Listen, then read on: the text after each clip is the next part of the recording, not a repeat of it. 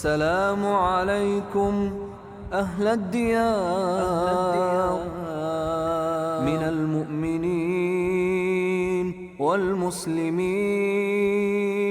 وإنا إن شاء الله بكم لاحقون. ويرحم الله المستقدمين منا والمستأخرين.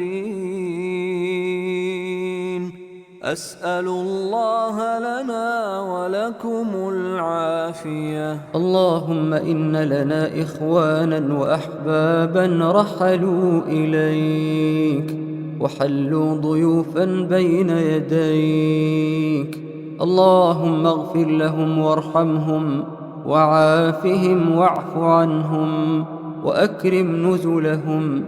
اللهم اجعلهم في قبورهم مطمئنين ويوم قيام الأشهاد آمنين، وبجوار رضوانك واثقين.